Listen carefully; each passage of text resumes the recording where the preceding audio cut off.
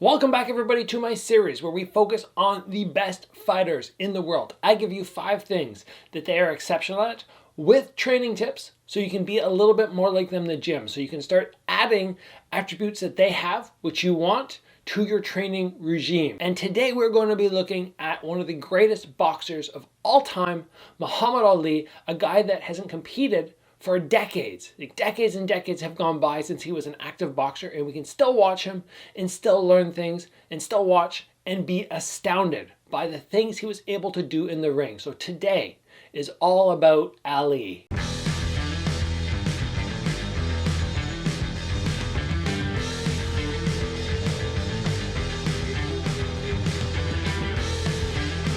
All right, guys, thanks for joining me today. This series, where we look at the best fighters in the world, it has been very popular. I love this series. I was away from it for a while because I've been focusing on lots of other things, but it's very exciting to be covering such an amazing fighter like Ali today, and for me just to give you some things that he's exceptional at, and then some training points which will just maybe make you a little bit more like him, because who doesn't want to float like a butterfly, sting like a bee? Now, before we go any further, I want to take a moment and share with you guys a message that I got the other day. Just an amazing one, and I actually had to send this guy a follow-up message asking him if I could share this on the channel. Now, this is the message, and this is perfect because this episode is actually sponsored by Bioptimizers. Now, the guy says, "Hey Gabriel, I'm not normally a fan of people always talking about products in their videos, but as somebody who does 90% of his training in the evenings, I was always having a tough time falling asleep." Who doesn't? When we finish a training session, our whole body is wired. And when I do one of those training sessions that's like 7 p.m. to 9 p.m., I usually can't get to bed until 12. He goes on to say, "Started taking that magnesium, and no lie, I can actually sleep the nights I train and feel so much better the next day. Thanks, dude." Amazing. Now, the product he is talking about is the Magnesium from Bioptimizers. And as you guys know, this channel for me is all about like a passion project. I started it to give back to people, not to make lots of money, not to get my name out there a lot more. I just went, I've been given so much during my career, so many people helping me, it's time for me to give back. And then I started building the channel. Things started going well. I started to have people reaching out to me saying, would you like to have your channel sponsored by this product or this product? And I turned down a lot of products before these guys reached out. And my wife was actually already in touch with them and went, yes, this is a great company. This is a clean company. This is a company that you can put on your channel and you can actually stand by the product, believe in the product. I've been taking this for a long time. It has helped my sleep. It has helped my recovery. If you guys are interested and you want to get some, you want to feel that improvement, just like the guy on Instagram was saying, you guys can head over to magnesiumbreakthrough.com/Gabriel. Use the promo code Gabriel10 to get yourself 10% off. And just really, I'd suggest pick up 1 or 3, if you want to try 3, but if you're just hesitant, you're skeptical, get 1 and give it a shot. Now from here, let's move back into Ali, and the first thing I want to focus on is his hand speed. Now keep in mind that when we look at Ali and we go, whoa, he's really, really fast. This is something that a lot of people come by naturally, but it's also something you can train. And when we see him let those hands just rip out, he is abnormally fast for somebody of his size, somebody who's over like 205 pounds, who is a heavyweight. That is a very, very fast man for a big, big dude. So if you want to be working that speed, the first thing that we'll note is Ali's punches often come from down here as opposed to up here. Now, it might not be the traditional way to do things, but you can set yourself up in front of a target and just have your hand from down here and flick it up, and just think, however fast it goes out, it needs to come back at least as fast. And that's something that people forget about when they throw punches. They're kind of like, bam, and then sluggish on the way back. And that's when you get countered. But because of Ali's style, where he's here and right away he's thinking defensively, he needs to get that hand back super fast. So I would say that's the first thing. Try letting your hands come down from here and just flick. And then from there, what we also note is when he starts throwing those combos, when somebody guards up really tight, he is just so incredibly quick at the timing between the punches. But one of the reasons, and we know this about Ali, when we see him move, he's relaxed.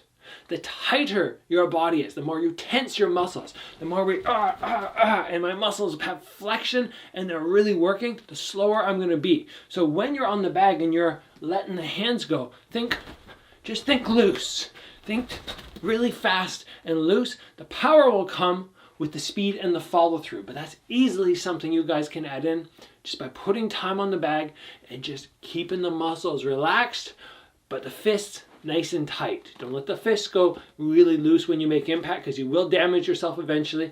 Fist tight, everything else fairly loose, and get that Ali speed underway. The next thing, which is exceptional about Ali, was his ability to utilize his footwork and lean back at the same time.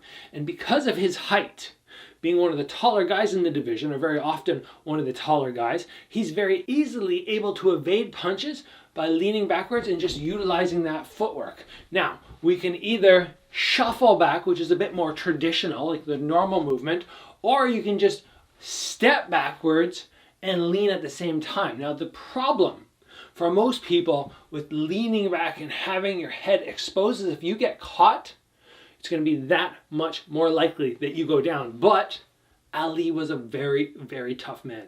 Very good at taking shots. If somebody out there is going, oh, my chin is a little suspect, and sometimes when I get hit, I get rattled easy, then 100% no, this is not for you. But if you're a fairly tough person, you get hit to the jaw, you're like, and you're fairly tall for your weight class, and you want to try this, basically just shuffle back.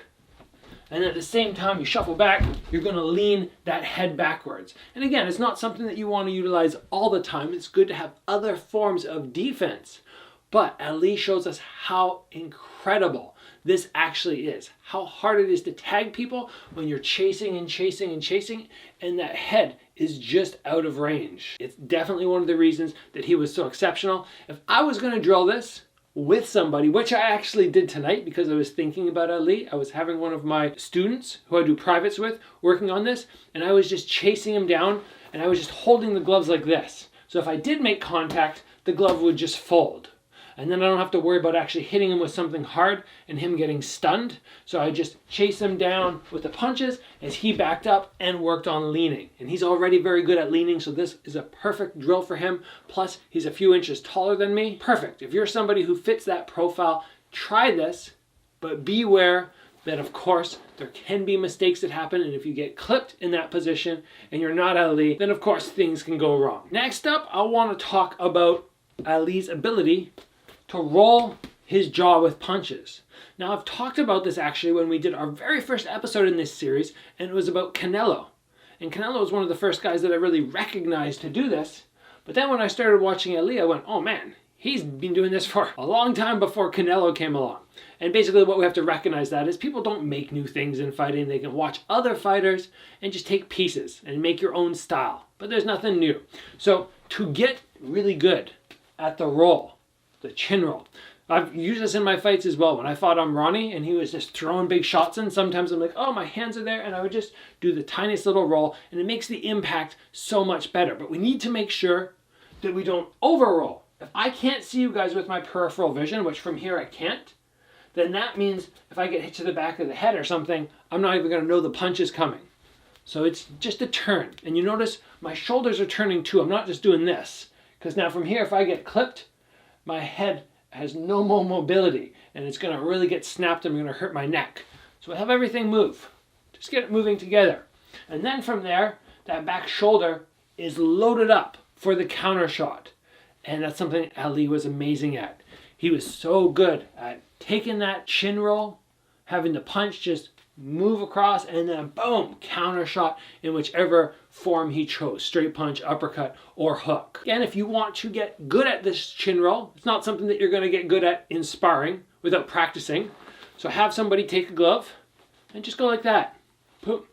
And as it comes, you just roll with it. And now you're not going to be scared in the same sense, because when a big shot comes, generally we're just going to go, ugh! And to be able to roll and move, that takes a lot of calm. You need to be very calm. So we start with something very chill. And then we work maybe from here, counter shot. From here, counter shot. And we build up bit by bit until one day all of a sudden you're in a situation where your hands are down, somebody's punching, you just happen to roll. You're like, oh, I did it. That's how we build up our confidence in advanced techniques like this. Next up, I want to talk about Ali's ability to circle and throw punches. Now, I don't have a massive amount of room here to demo this for you guys, but basically he would use that stepping backwards motion and at the same time let the punches go. Now, that was what he did with his jab, but he also would move in a circle while he'd throw combos.